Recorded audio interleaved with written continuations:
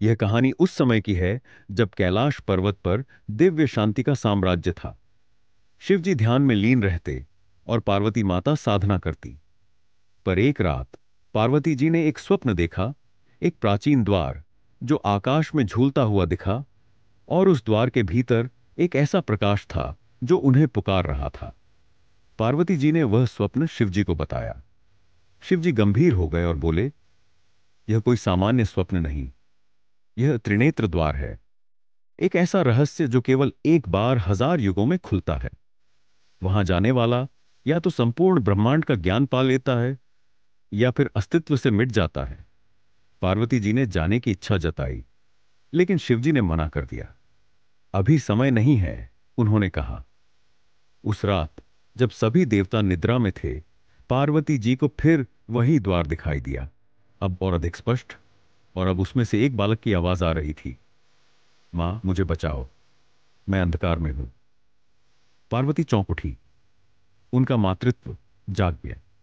उन्होंने बिना किसी को बताए उस दिशा में चलना शुरू किया जहां द्वार उन्हें खींच रहा था। वह हिमालय की एक अनदेखी चोटी पर पहुंची।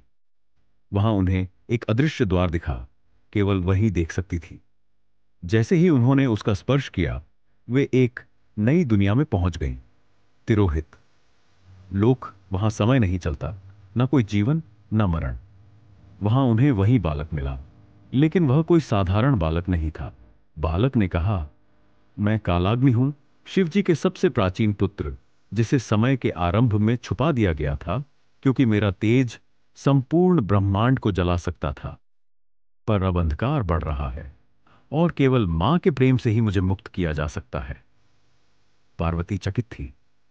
उन्होंने उसे गले लगाया और तभी संपूर्ण लोक कांप उठा।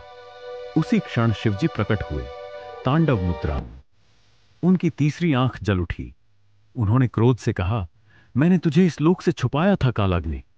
तू अब भी अजेय है, तेरा तेज संसार को सहन नहीं कर सकता।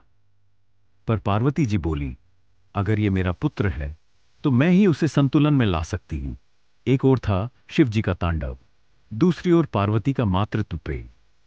ब्रह्मांड के सभी लोग हिलने लगे। समय रुक गया। अंत में पार्वती जी ने अपने हृदय का एक अंश देकर बालक को शांति दी।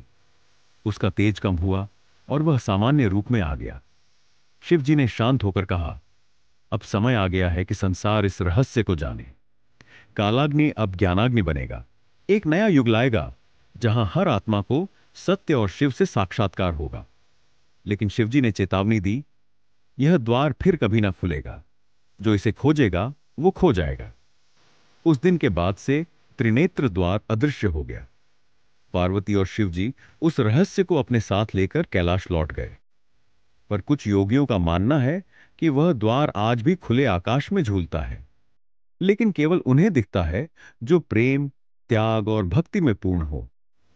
अगर आप भगवान शिव और पार्वती मां के प्यारे भक्त हैं तो चैनल को सब्सक्राइब कर दीजिए और एक प्यारा सा कमेंट कर दीजिए। जय हिंद, जय भारत।